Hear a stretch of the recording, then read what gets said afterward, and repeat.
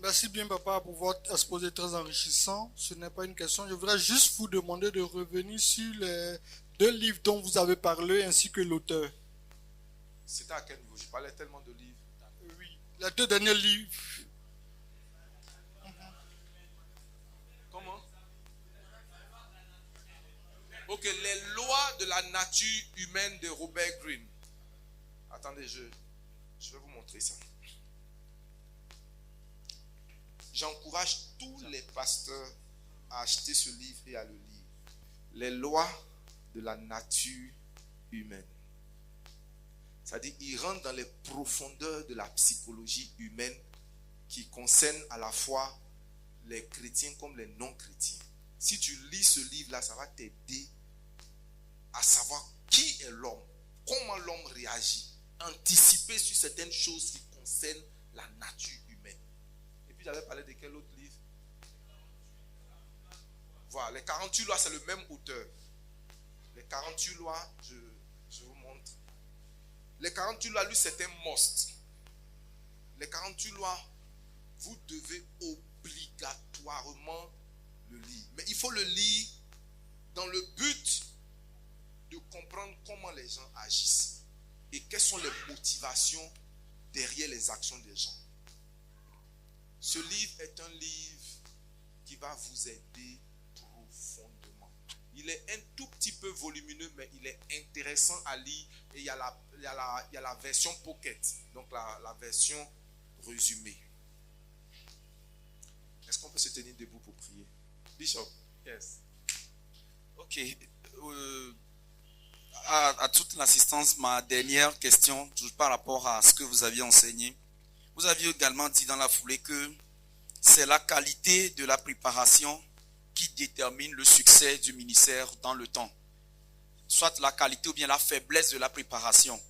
Et vous aviez dit également qu'en tant que ministre de Dieu, il faut d'abord apprendre sur les finances, apprendre sur la psychologie, apprendre sur l'administration, apprendre sur l'organisation, apprendre également sur la parole avant de pouvoir se relancer.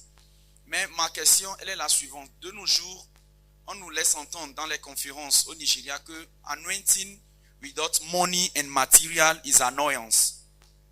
L'onction sans l'argent, sans la logistique, c'est de l'ennui en fait. Ce que veut dire, quelle sera la préparation de qualité pour l'homme de Dieu lui-même sur toutes les formes avant de démarrer? Parce que de nos jours, le ministère maintenant, nous sommes à l'ère du numérique, où si tu n'as pas vraiment les reins solides, surtout financièrement, pour faire l'œuvre, ça va être véritablement un combat, un casse-tête chinois. Donc j'aimerais que vous développiez encore, vous expliquiez mieux comment est-ce que le ministre même doit se préparer en dehors de ces études, de ces études qu'il va faire sur la psychologie, la gestion de la finance et tout. Amen. Amen. Ça, tu me demandes de reprendre. Bon, ok, homme de Dieu, j'aime la pertinence de tes questions parce que ça montre quelqu'un qui a du vécu dans le ministère. Tu me donnes l'occasion de... Vous savez, je vous en prie. J'aime le Nigeria. J'aime les pays anglophones, j'aime. Mais il faut faire attention. Beaucoup de choses qui se disent là-bas ne sont pas totalement vraies.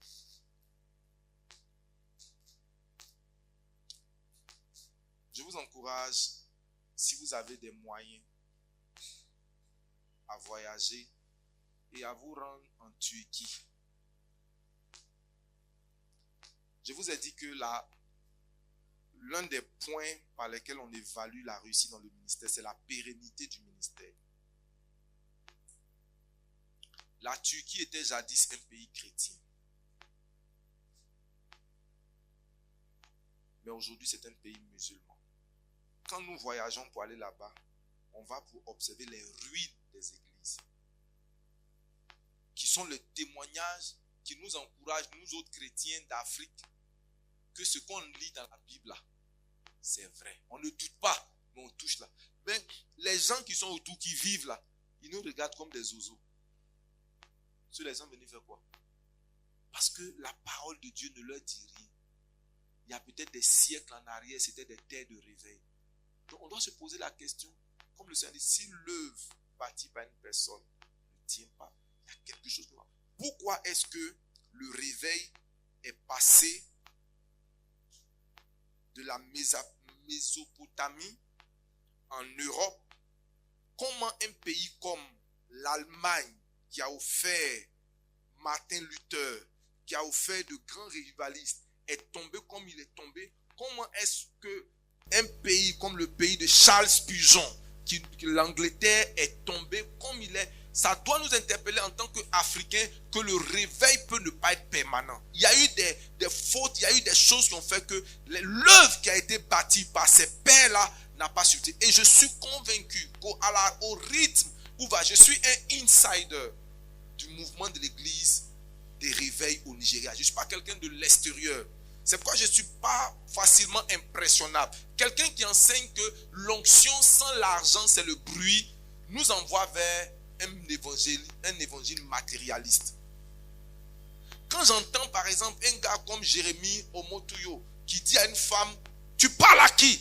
Tu parles à un milliardaire. Je suis un milliardaire. Tu ne peux pas me parler n'importe. J'ai dit que ça c'est le broutage évangélique. Je n'ai rien contre la richesse. Donc on doit faire attention au modèle que ces églises nous projettent et nous montrent. Et ça, c'est la raison pour laquelle beaucoup de pasteurs francophones sincères, je dis bien sincères, vont pouvoir leur ministère grandir. Mais quand ils arrivent, ils se posent des questions. L'onction est importante. La prospérité, elle viendra. C'est en cela que le message d'aujourd'hui est tellement pertinent, parce que le succès d'aujourd'hui ne garantit pas le succès de demain. Il faut bâtir de manière tellement solide. C'est-à-dire que nos églises là, on vient, on fait le bruit, mais les églises catholiques, les églises, elles sont là. Vous faites vos bruits là, vous venez, vous partez. Ils sont là, constants. Ils vous regardent. Et nous n'avons pas le droit de faire un bruit pour un temps. Nous n'avons pas le droit. C'est pourquoi on doit miser sur la qualité et sur la durée. Sur la qualité et sur la durée. Souvent quand j'entends des gens prêcher, je dis ça c'est un succès pour un temps. Tu sais, quand tu veux, il y a une dame qui a eu un ministère faramineux. Des gens l'invitaient à gauche, à droite. Papa même Karambiri l'a invité et tout. Elle a rassemblé des foules. Mais à l'analyse de son message, elle ne pouvait pas faire long feu. Pourquoi? Parce qu'à l'intérieur de son témoignage, il y a des mensonges qui ne vont pas résister au test du temps. C'est-à-dire que tu as dit des choses que quand on vérifie là, le mensonge, ça ne va pas tenir. Donc tu vas avoir le succès pour un temps. Et puis après, quand les gens vont découvrir là, ils vont dire, ah non, c'était ça. Oh non, que j'étais stérile, on a coupé mes trompes. Maintenant, il y a eu des enfants. Quel est l'hôpital où on a coupé tes trompes? Quand on regarde l'âge des enfants, quand on regarde certaines informations, les gens ne sont pas bêtes, ceux qui nous écoutent là. On dit on peut tromper tout le peuple, on ne peut pas tromper tout le peuple, tout le temps. Donc quand j'enseigne quelque chose du haut de ma chair, comment je sais que j'enseigne pour la durée?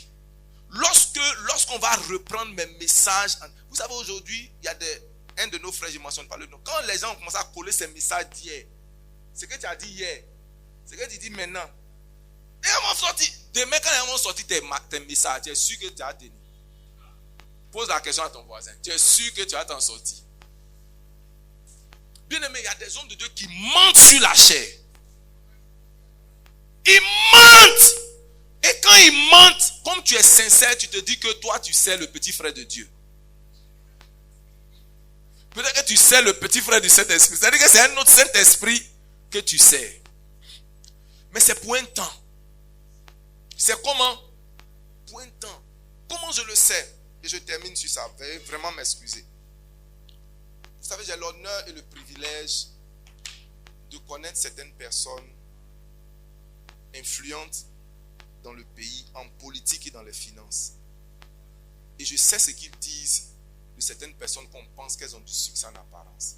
Il dit, quand je voudrais aller à l'église, je n'irai pas dans cette église. Il dit, pasteur, nous avons des caméras partout. On connaît les téléphones, on connaît vos vies. On sait qui est qui. On sait qui est de Dieu. Et on sait qui ne l'est pas. On sait qui, s'il veut monter ou bien essayer de déranger le royaume du diable, vrai là. On sait comment exposer un scandale. Pas un scandale fabriqué, hein, un vrai scandale sur la personne. Et puis sa vie s'éteint pour toujours. Et on sait ceux qui sont de Dieu. On sait ceux qui sont assis sur la parole. Et c'est ceux-là qui vont durer. Tu n'as pas à fabriquer une certaine réputation basée sur l'image publique. Ça peut tenir pour un temps, maximum 10 ans. Mais le succès n'est pas fait pour durer 10 ans. Il est fait pour rester en permanence. Que lorsque les gens liront tes livres, écouteront tes messages, même quand tu ne seras pas en vie, on verra ta vie comme une référence. J'étais surpris agréablement. Orume Osoyi, le père de Michael Okoropo. Vous connaissez Michael Okoropo?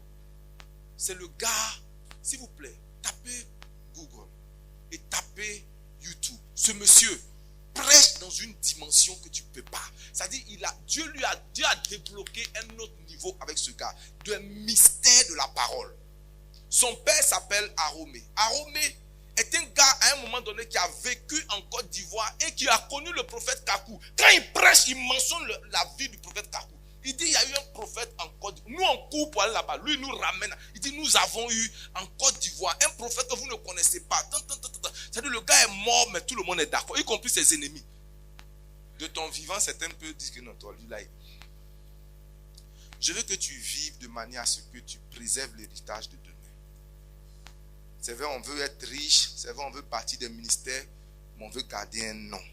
On veut garder un héritage. On veut garder un témoignage. On veut garder des choses qui restent dans la durée. Si au cas où tu as fait des erreurs dans le ministère, le pardon est disponible. Je prie pour la miséricorde. Je prie que le Seigneur t'aide. Ça peut être compliqué, mais si tu peux marquer une pause pendant un moment pour mettre les choses en ordre avec Dieu, le Seigneur te fera du bien. Que Dieu vous bénisse. Tu es béni. Bishop, thank you so much.